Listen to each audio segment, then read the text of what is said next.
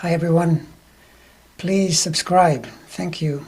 So every so often I hear a question posed about a person referring to their chart and asking, well, what happens if my chart is like Trump's, born on the same day, same month, same year, different year?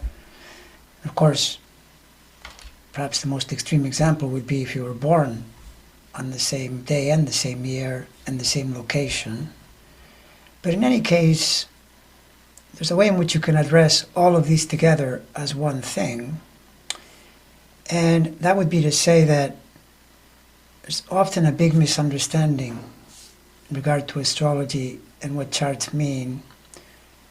Charts are not exactly the map of your fate. They're actually the interaction of your cycles, if you want to call that your fate, together with the way you express your will. A different way to say that is to say that a chart represents the way you use your planets. And so, in the case of our current political scenario, to illustrate this, you can see how someone like Trump very frequently misuses his planets in the sense that he chooses to express the downside of the planet, the corrupted side of the planet. Now, admittedly, this can bring you success at first, in the initial stages. Sooner or later, the edifice collapses. In contrast, Kamala, by and large, uses the planets much better, or expresses herself through the planets in her chart in a much better way. So, for example, you take a planet like Saturn, which represents the contracting archetype, and this is where you find a person's discipline, literally, a person's ability to stay within wise boundaries, a person's ability to express themselves in a measured way. Here Kamala shines, where Trump consistently ignores boundaries, and furthermore, he also tends to express the contracted archetype in his way of seeing everything through the glass half empty.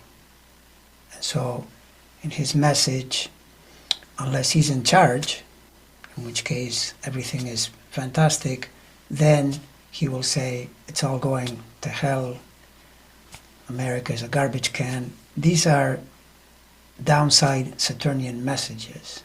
Now, on the other side of it, we have Jupiter, which is the expanding principle. And this is what leads to confidence, optimism. But if you misuse it, the same archetype leads to indulgence, overconfidence, and miscalculation, which is something, again, Trump falls for regularly. And so, for example, we're seeing in the late stages of this presidential race that he is, to my mind, unreasonably confident, and he's taking actions that bounce back negatively, such as what happened at Madison Square Garden, where his, on the one hand, Saturn incompetence, Saturn being a planet that contracting force, the workforce, would allow you to, or help you to organize yourself and to administer a situation properly. He fails to do that, so then something happens as a result of his overconfidence, Jupiter, that leads to problems. Whereas you see in Kamala's response a much more measured approach, and she has her optimism there. Indeed, her message is very optimistic. That's the upside of Jupiter. And so my point being, all of this is to remind you that if you're born on the same day, okay, that would be an extreme thing. Same day, imagine a thought experiment. You're born down the street from Trump. Same day, same time, same place. Exactly the same chart. But what you don't know is how that person is expressing those planets. And so I've said a number of times in the past that Trump's chart has the potential to be a person, or rather reflect a person who would be interested in social justice, charitable work, literally helping people. This is the upside of the 12th sign in any chart. The problem is that same area is also where all the criminals of the world live. Indeed, it rules prisons, that house. It's pretty obvious which way Trump plays. But I find it hard to believe, just even if we said, let's toss a coin, and I could be talking about 50-50, that we look down the street from Trump, someone that's born there, and they're going to be playing it to the downside the way he does. Very unlikely. Most people, most normal people, would be more balanced, and therefore very unlikely to take the same approach. Now you might reply, well, look how successful he has been.